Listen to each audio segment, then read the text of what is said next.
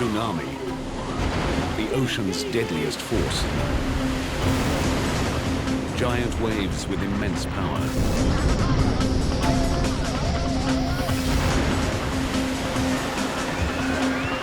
Massive, unstoppable, deadly. A level of destruction that was, over hundreds of miles of the coastline. We'll travel the globe investigating some of the world's most devastating tsunamis. Each bigger than the last. Each packing more punch. Each taking us one step closer to a mega tsunami. A wave that will not just rewrite the record books, it will erase them.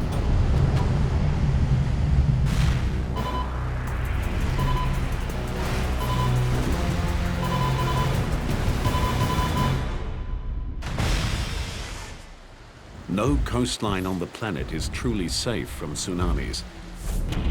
They're caused by massive displacements of water, triggered by the Earth's most powerful forces, earthquakes, landslides, and volcanic eruptions. As long as we have earthquakes on Earth and landslides, the various phenomena that create tsunamis, we're going to have tsunami waves. It's just a matter of time when the next one strikes. Tsunamis are dramatically different from the typical waves that constantly sweep across the planet. They can travel faster than 800 kilometers per hour. They can stretch for thousands of square kilometers across the ocean's surface. It's a good 15, 20 feet tall. Easy. They strike with huge mass and terrifying velocity. The most common method of gauging their height is run-up, the wave's highest point of impact on land. Each tsunami profiled here has a higher run-up than the last. Over 100 major tsunamis have struck in the past 100 years, killing hundreds of thousands and destroying billions of dollars of property. But they are not the biggest tsunamis to strike the planet. Scientists have found startling evidence that even larger waves have occurred in the past, mega tsunamis. These things have been described as culture-ending events. Experts believe that a mega tsunami lies in our future. To understand its power, scale, and potential, we'll first investigate 5 of the most destructive tsunamis of the past 60 years. Each has its own character, each has its own story, each brings us closer to a mega disaster.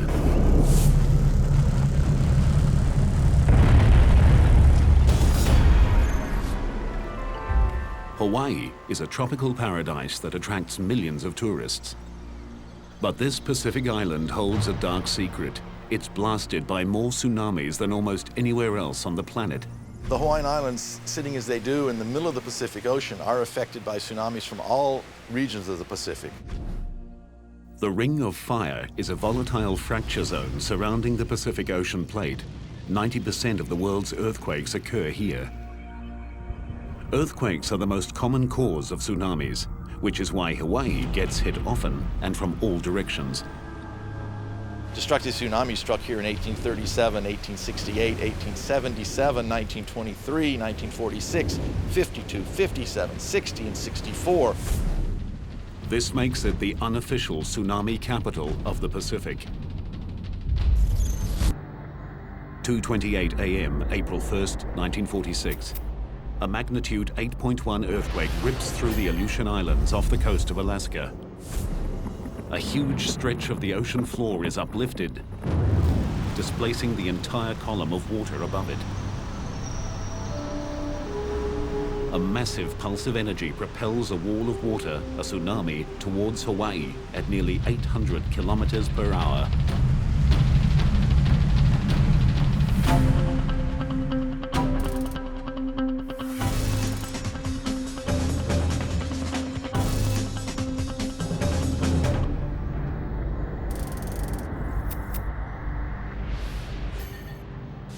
(3,800 kilometers away in the small seaside village of Laupahoehoe, children and teachers gather to prepare for the day's classes. Marsu McShane is one of the teachers. We were in our cottages, and the Akionas who lived in that house that's no longer there, knocked on our door and said, "Come see the tidal wave." At first glance, it's deceptively innocent. We looked over and the ocean sucked out, and then it came in a little bit more, like emptying a bathtub, and sucked out again. And we said, "This is a tidal wave? I don't think much of that." What Masu doesn't know is that tsunamis are not single waves. They move forward in what's known as a tsunami train, a group of waves of many different sizes. First waves are seldom the largest, so what appears to be insignificant is actually the precursor to something much, much bigger. And then it did it again. And this time, it went in further and sucked out more. And we thought, a twin tidal wave, how interesting and odd. As the water recedes, an extraordinary 152 meters, Masu and her roommates pose for a photograph. Masu stands captivated while a third wave approaches. Famous last words, I said, "I hope this will be a big one." And it kept coming. And that was the first time we ever thought to be afraid. As the tsunami approaches shore, it behaves like a giant train wreck. The front of the wave slows while the back continues to push. The wave's energy is compressed, forcing it to stand and lift out of the sea. This got bigger, and so we dropped the camera, ran inside. I can remember the water just crashed in the windows. The roof fell down. The wave tosses Masu like a rag doll, at first in towards the school, but then suddenly out towards the sea. And I knew I was going to die. Masu spends the next 9 hours clinging to debris before finally being rescued. She is the only lucky one. All of her roommates perish. At the school, 16 children and 5 teachers are lost. But the tsunami is not finished with Hawaii. 37 kilometers south of Laupahoehoe, the sleepy trading town of Hilo Bay is also caught unawares.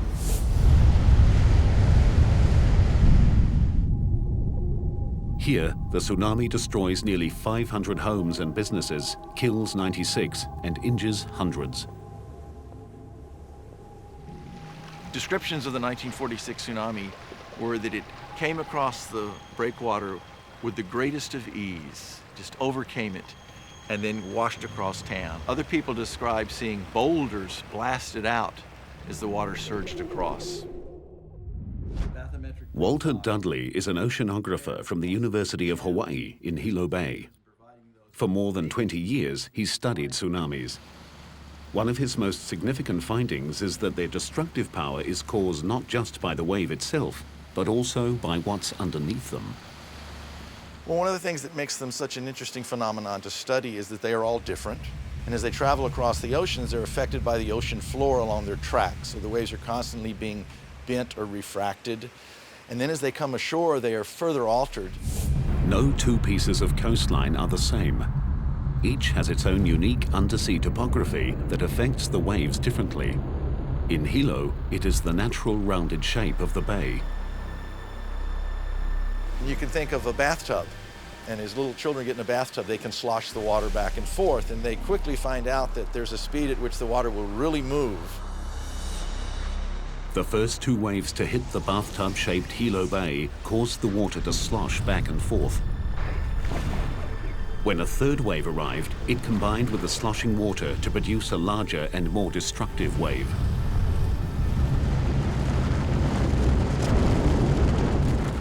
It pretty much wiped out everything that was on the ocean side of town. In the main parts of downtown, it picked up the railway and it twisted the railway rails into pretzels. The third wave reached a run-up height of 9 meters. It destroyed most of the foreshore of Hilo Bay. But less than 15 years after the '46 disaster, Hawaii would again be hit by a deadly tsunami. A wave bigger than the last that would defy logic and bring Hilo to its knees once more. On May 22, 1960, the largest earthquake in recorded history ruptures the Earth's crust off the coast of Chile.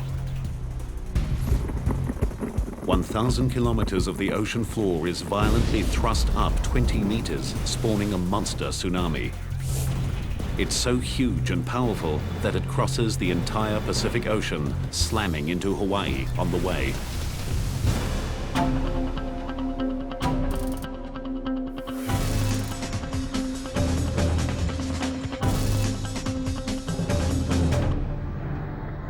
This time, technology installed since the 1946 quake warns residents of Hilo Bay 5 hours in advance.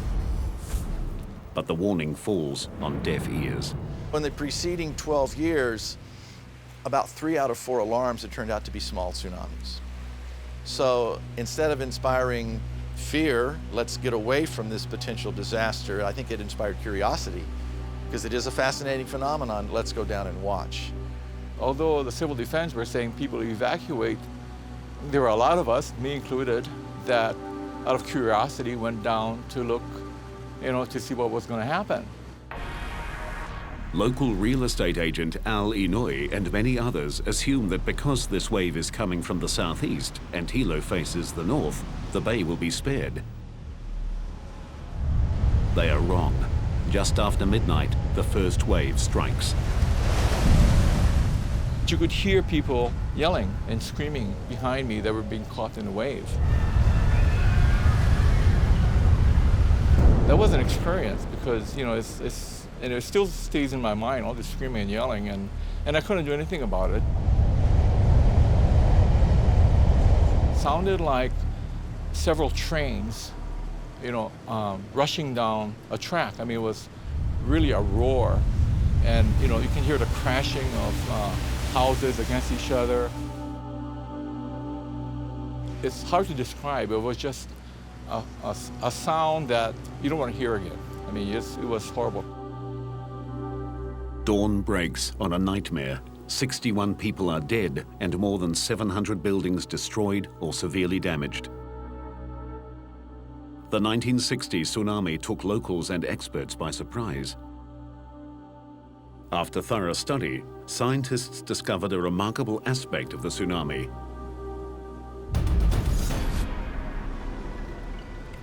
As the wave reached the shallow water off the southeast coast of the island, the middle of the wave slowed, while the outside of the wave kept moving, causing the wave to wrap around the island. Then, just as in 1946, the natural shape of the bay added to the tsunami's destructive power. This time, the largest wave had a run-up height of 10.5 meters, 1.5 meters higher than in 1946. But Hawaii wasn't the only location struck by the monster tsunami. It roared thousands of kilometers across the Pacific, striking virtually every coast, including Japan, where 122 people died. Tsunamis have an incredible amount of energy, and as they travel across the ocean, they use up very, very little of that. It's when they come ashore that all that energy is unleashed. The 1946 and 1960 tsunamis gave scientists new insights into the complex behavior and ocean-crossing power of these giant waves. But when a local tsunami hits Japan, it strikes with larger and more powerful waves than the 46 and 60 Hawaiian tsunamis combined. And there's no time to evacuate. And later, a tsunami that combines sudden impact with awesome size, a mega disaster. The 1946 and 1960 Hawaiian tsunamis had run-up heights of 9 and 10.5 meters. Shaped and intensified by the ocean floor and coastline, they smashed the island communities with unexpected force. But there's another tsunami hotspot where a larger and more deadly wave struck without warning. Second only to Hawaii, Japan is the most tsunami-prone location in the Pacific. The Japanese have been hit so many times by these giant waves that they created the word tsunami, meaning harbor wave, to describe these terrifying events. These waves can come from as far away as Chile or as close as 80 kilometers offshore. The locally generated tsunamis pose the greatest danger. They strike within minutes of being formed and with awesome power.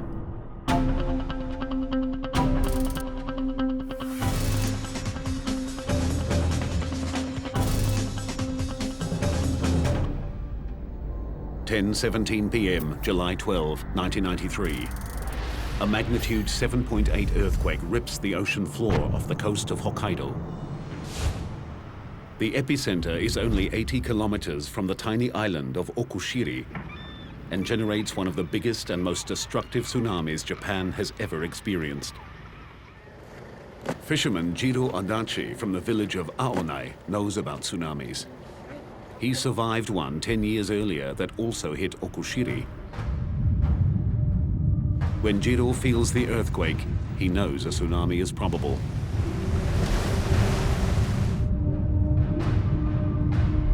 He quickly evacuates his wife and children from their seaside home, sending them to higher ground in the car while he shuts off the gas. He moves swiftly, but not swiftly enough. Just 4 minutes after the quake, the first wave hits him with overwhelming force as it surges to an incredible 15 meters. It started to pull me back into the sea. I held on to something and thought that I must run to the mountain. Somehow, Jiro manages to find firm ground. He flees to the safety of a nearby hill. In a few terrifying minutes, the tsunami destroys 80 houses and fishing shacks. But the danger is not over. Out of the darkness, a second wave strikes. Homes, boats, cars and trucks spared by the first wave are smashed to pieces. Fires erupt as gas pipes burst. Aonai is under siege. Jiro and other survivors rush to the waterfront to help the injured. We heard people shouting for help. They were calling, "Help me, help me." I heard a lot of voices, women's voices and children's voices. Suddenly, amidst the cries for help, Jiro hears something that chills his heart. Suddenly I heard a familiar voice between wave breaks, so I shouted, "Achan, is that you, Achan?" And then I heard, "Daddy." I heard that from the darkness.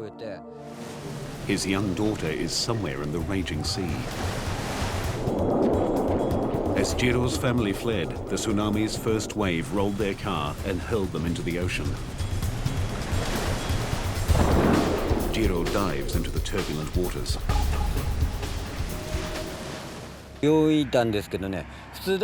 Normally I'm a great swimmer, but this was incredibly difficult. Sometimes I was swimming, but I couldn't move forward at all. And other times I'd suddenly be pulled backwards by the sea. Miraculously, father and daughter make it to shore. 7 hours later, the Coast Guard finds Jiro's wife and son kilometers out to sea, clinging to debris. As dawn breaks, the tsunami's power becomes horrifically clear. Large parts of Aonai are completely flattened. Fires continue to rage, and most of the fishing fleet is lost. Across the island, 437 houses are destroyed and more than 800 severely damaged. 198 people are dead. The aftermath of the disaster confronts scientists with an intriguing mystery. The two waves that hit Aonai came from completely different directions. The first wave of the tsunami came from the west area where the seismic center was, and it attacked only the low part in the south area of Aonai. But the second wave came from the east, away from the tsunami's source. The second wave came in just 10 minutes after the first, and it attacked all of this area of Aonai.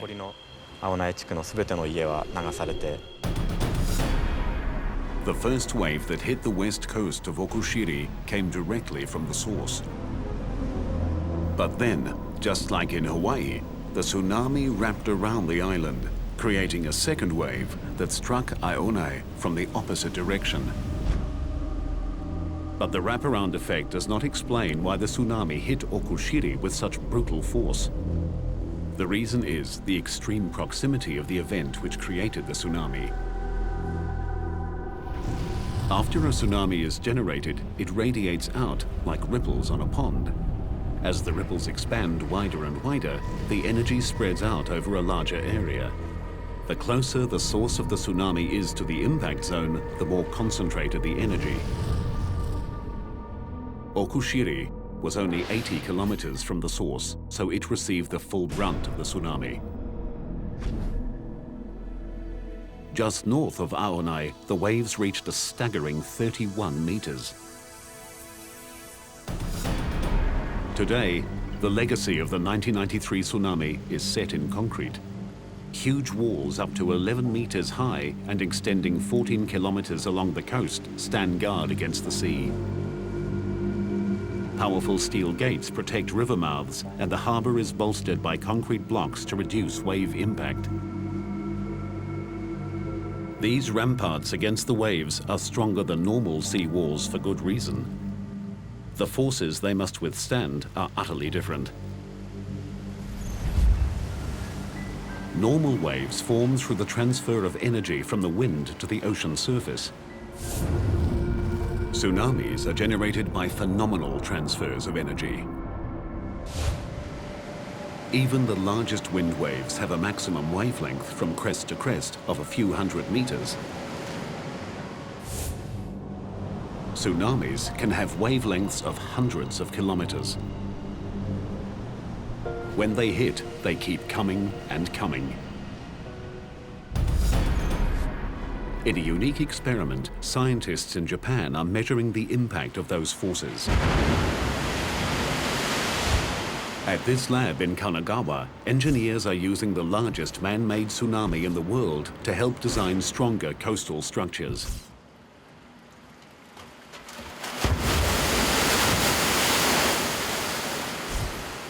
This machine can generate waves more than 3 meters high, propelling 300 cubic meters of water down a 180-meter long chute.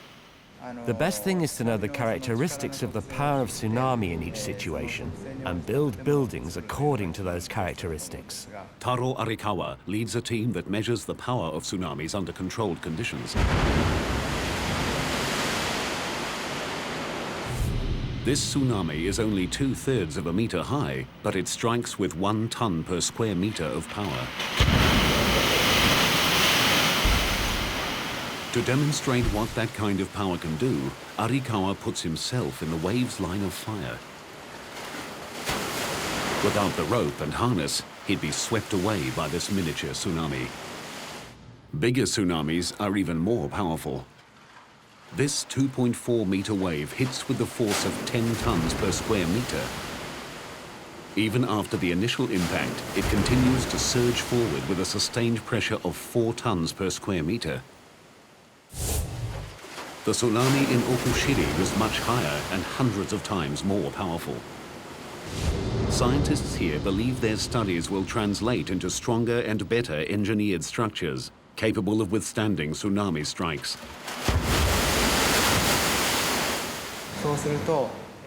Once we can reduce the power, the reduced destructive power of tsunami coming ashore would not cause as much damage. The Okushiri event shows how destructive a local tsunami can be. It strikes with undiluted power and too quickly to respond. But that disaster was eclipsed by a far bigger and more deadly tsunami. A wave generated by an earthquake so powerful it moved the entire planet. A wave that takes us one step closer to a mega disaster. The tsunami that hit Okushiri, Japan, came from just 80 kilometers away and reached a run-up height of 31 meters. It killed 198 people and destroyed most of the fishing village of Ionai. but it pales in comparison to the deadliest tsunami of modern times.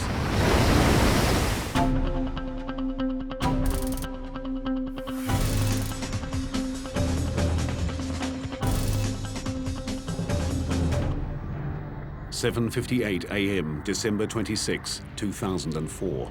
Deep in the ocean off the coast of Sumatra, Indonesia, 1,200 kilometers of the Earth's crust ruptures in the second largest earthquake ever recorded.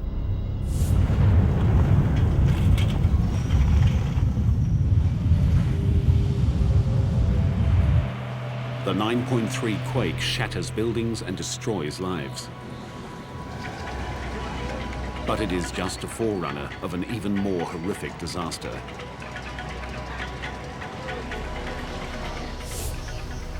An epic tsunami spreads across the entire Indian Ocean, striking 12 countries.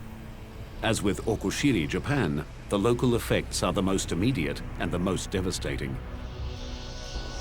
16 minutes after the quake and 250 kilometers from its epicenter, northern Sumatra is struck by 35-meter-high waves. The capital city of Banda Aceh is decimated. More than 160,000 people are killed. Coastal engineer Jose Borrero arrived in Banda Aceh 4 days behind the tsunami. I've seen hurricane damage, and I've seen some flood damage before, and I've seen a lot of tsunami after effects before also, but this definitely was the worst. What was amazing about it was the scale. 70% of all buildings in Banda Aceh are flattened. More than 70 kilometers of coastline show evidence of wave heights above 30 meters.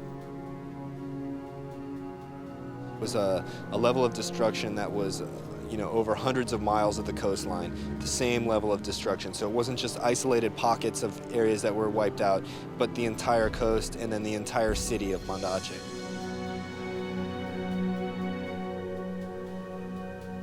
An hour and a half after Banda Aceh is leveled, the tsunami strikes Thailand. A wall of water swamps beachside villas, hotels, and villages. That wave is a good 15, 20 feet tall. Easy. Get in! More than 8,000 people die.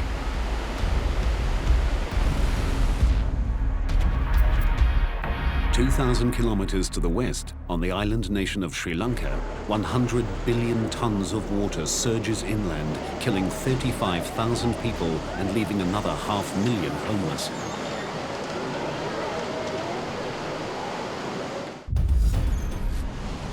In all, nearly 230,000 people die in the most devastating tsunami in recorded history. The death toll higher than for all other major tsunamis in the past 300 years combined. The power of the earthquake that triggered the tsunami was staggering. The entire planet's sea level rose by 1/10 of a millimeter. Every spot on Earth moved at least 1 centimeter. As scientists struggle to comprehend the enormity of the event, a bizarre anomaly comes to light. One that took an additional tragic toll.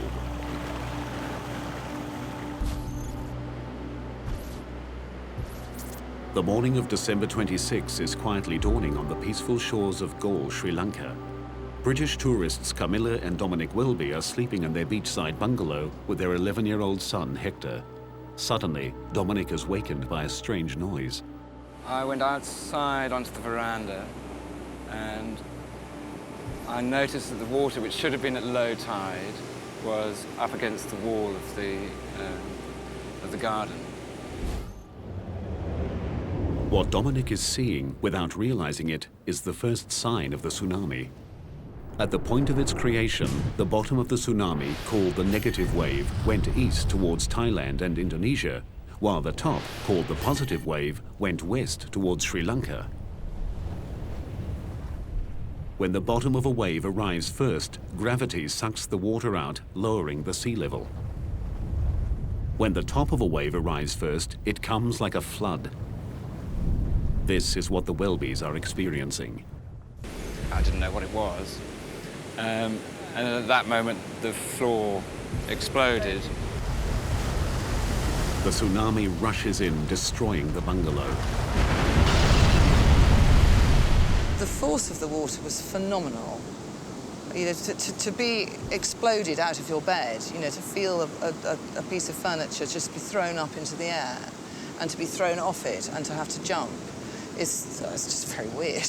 And to then be sucked out and tossed around like being in a washing machine.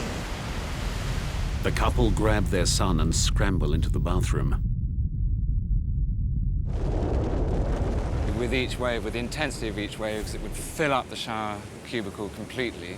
We would be swirling around underwater, trying to, regain our purchase on whatever we could find. As the waves continue to pound, the concrete walls of the bathroom begin to crumble. Hector is trapped under a large piece of concrete, struggling to keep his head above water. The idea of your child dying before you it's nothing worse. A third wave surges over Hector's head. He's seconds from death. But instead of drowning him, miraculously, it lifts the concrete slab off his foot and releases him. The wave that's caused so much death in this one instance is life-saving. But mostly, the peculiar behavior of tsunami waves proves deadly. Surging forward and sucking back, billions of tons of swift-moving water carry a dangerous mass of deadly projectiles, broken timber, glass, metal, and vehicles. The third wave turned Galle into one of the hardest-hit areas in the nation. As the people of Sri Lanka struggle to recover, tsunami scientists like James Goff arrive in the devastated nation. One of the really difficult things when you go into these areas is you are going there because you have a mission to learn about the tsunami from a scientific point of view. It's very important to learn these things, and yet there is the human tragedy going on around you, and it's very difficult to isolate yourself from that human tragedy. Amidst the horror, Goff and his colleagues discover the oddity of the third wave. So there's Galle quietly sitting there, recovering from being hit by two waves, and then bang. How and why the Galle area was hit by this third wave intrigued experts. Where did it come from? The first clue in the mystery was uncovered by looking at a global map. Sri Lanka is directly in the line of fire of the tsunami. Sri Lanka was basically staring down the barrel of a loaded gun in a way. The second clue came only after careful analysis of the tsunami's unique behavior. So the tsunami wave goes all the way past Sri Lanka, heading off to the east coast of Africa. But on the way, whack, it hits into the Maldives, and a lot of the energy is reflected back from the Maldives, and the first place that hits is Galle. The tsunami was so powerful, its reflected energy carried a third wave 800 kilometers back across the Indian Ocean. In total, over 4,000 people died in the Galle region. The tragedy confirms scientists' theories about the phenomenal reflective power of tsunamis. The Indian Ocean tsunami continues to provide scientists with complex and compelling new data, most of which is still being processed. It's really difficult to say right now what the Boxing Day tsunami taught us compared to what we didn't know before, because it's taught us so much. It taught us that we actually don't know a lot and that we have a lot more to learn. What the Welbys learned is that life is fleeting and precious. In appreciation for their survival and in recognition of the thousands that did not, they spearheaded a fundraising effort back home in England. To date, they've raised $25,000 for the people of Galle. Many mysteries about the Indian Ocean tsunami remain unanswered. One of the biggest questions is how the highest waves could possibly have reached a staggering run-up height of 35 meters. Far beyond what had been thought physically possible by an earthquake-triggered tsunami. But as huge as that tsunami was, it is not the biggest wave to strike in recent history. Landslides can trigger a different kind of killer wave, producing a tsunami of monstrous size. And scientists believe a mega tsunami looms in our future, a wave of such epic proportions that nothing like it has been seen since prehistoric times. The 2004 Indian Ocean tsunami unleashed a series of enormous and deadly waves that had run-ups of 35 meters.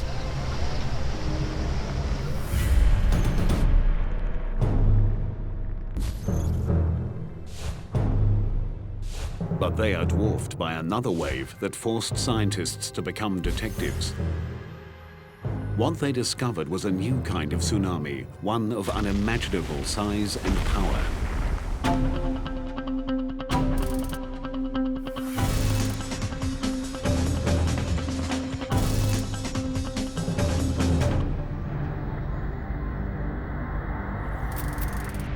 In a remote bay in southwest Alaska, a native legend tells of a beast that shakes the ocean and destroys those who walk its shores.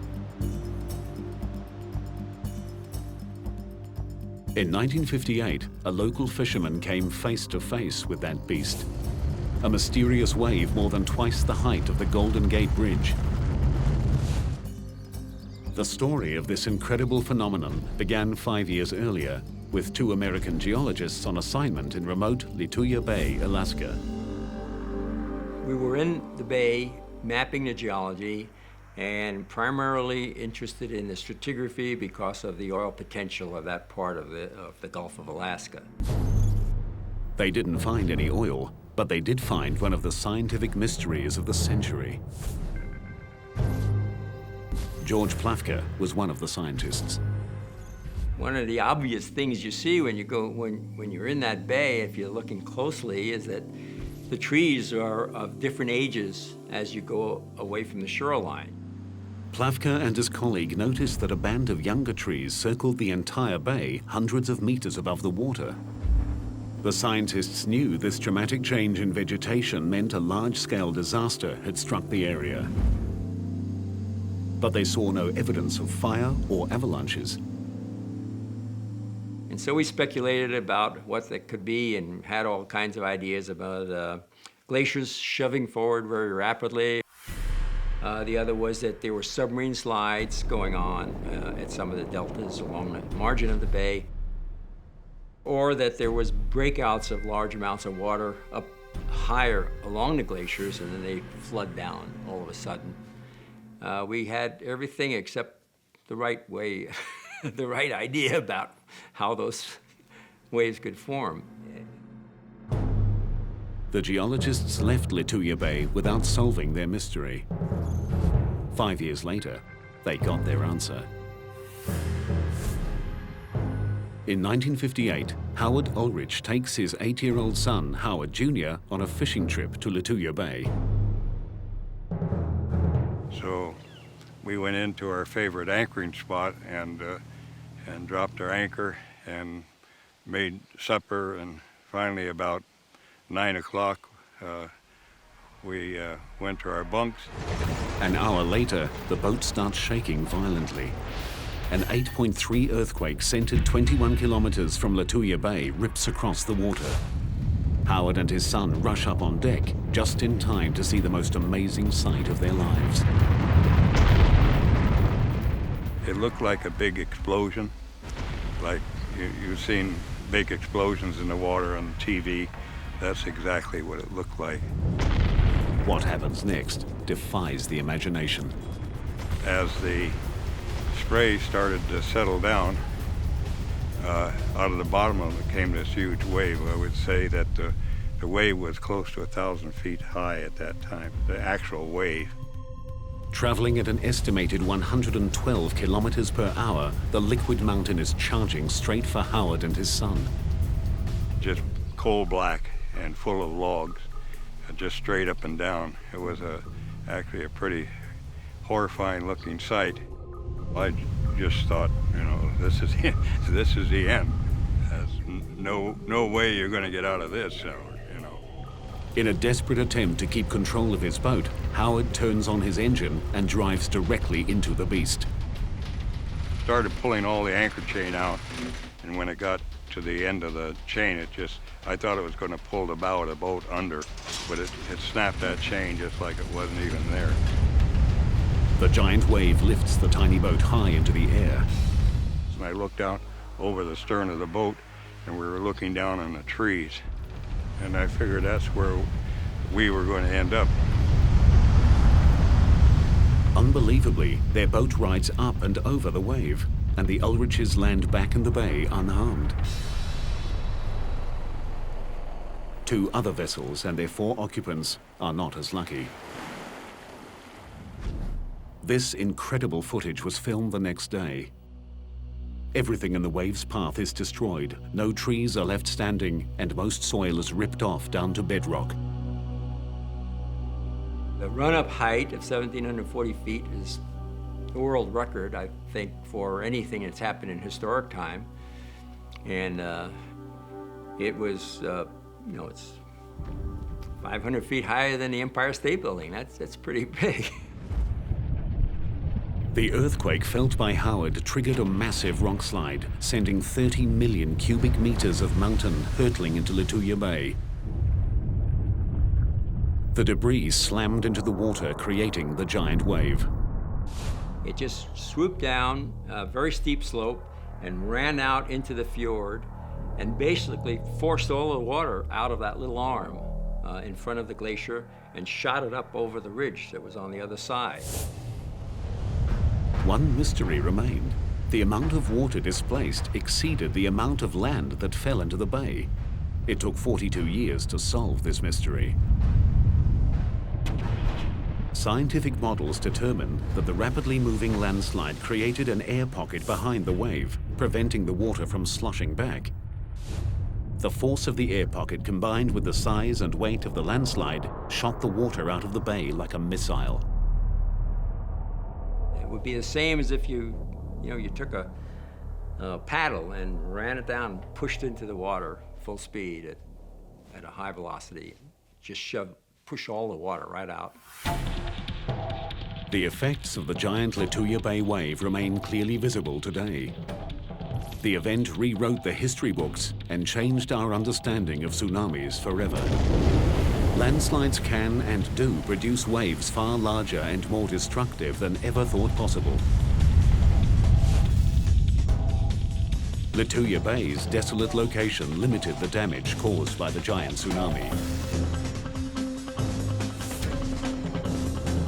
But should an even bigger landslide-generated wave strike a major city, the result will be a mega disaster.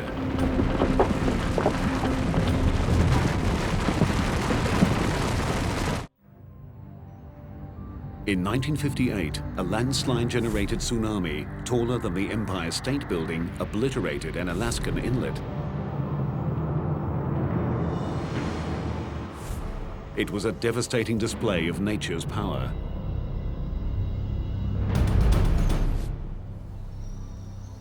But across the Pacific Ocean, on the gentle slopes of Oahu, Hawaii, scientists have uncovered evidence of a potential disaster that would dwarf the Indian Ocean and Lituya Bay tsunamis combined. It's almost incomprehensible, the scale, the enormity of these things. It would be quite a view. Gerard Fryer is a geophysicist from the University of Hawaii. He uses advanced computer modeling and field data to forecast tsunamis. His research has uncovered a potential wave so big that even the best laid evacuation plans may not be enough. These things have been described as culture-ending events. The state would essentially be knocked back to the Stone Age. This mega tsunami would combine the dizzying height of a landslide-triggered wave with a tsunami that strikes a densely populated landmass, in this case, Hawaii.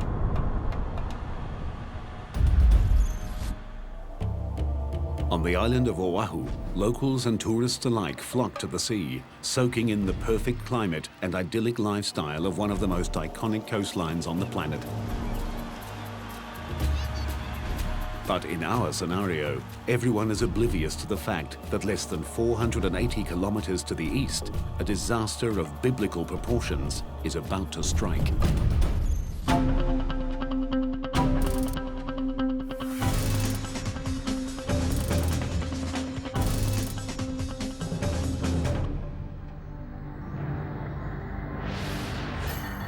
The mega disaster is triggered by the eruption of the world's largest volcano, Mauna Loa, on the big island of Hawaii. In the case of Mauna Loa, and that's the 800-pound gorilla here, that's the big volcano that we have to worry about.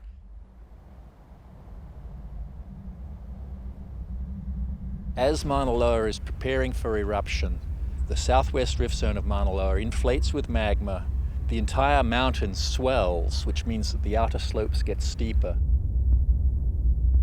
There are probably a succession of small earthquakes, and then maybe a big earthquake that shakes loose this very steep western flank of the volcano.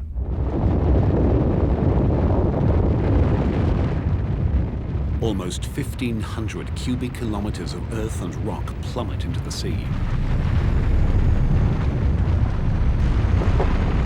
On impact, the land displaces a massive amount of water. The ocean rushes back to fill the giant gap. From this cataclysmic disturbance emerges the tsunami, heading directly for Honolulu. Estimated time to impact, 30 minutes. This is the direction that a big tsunami would come from the big island. The wave first becomes visible as it stands and breaks on a shallow bank, 40 kilometers southeast of Honolulu.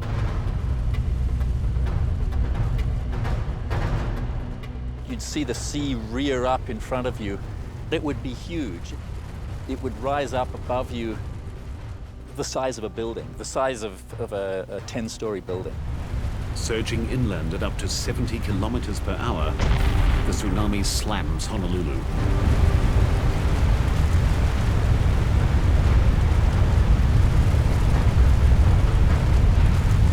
Because the tsunami's energy stretches down to the ocean floor, this wave is not clean water. It's filled with sand, coral, and rock.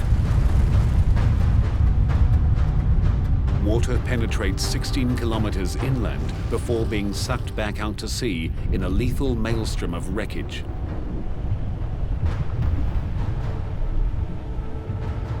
It annihilates nearly everyone and everything in its path.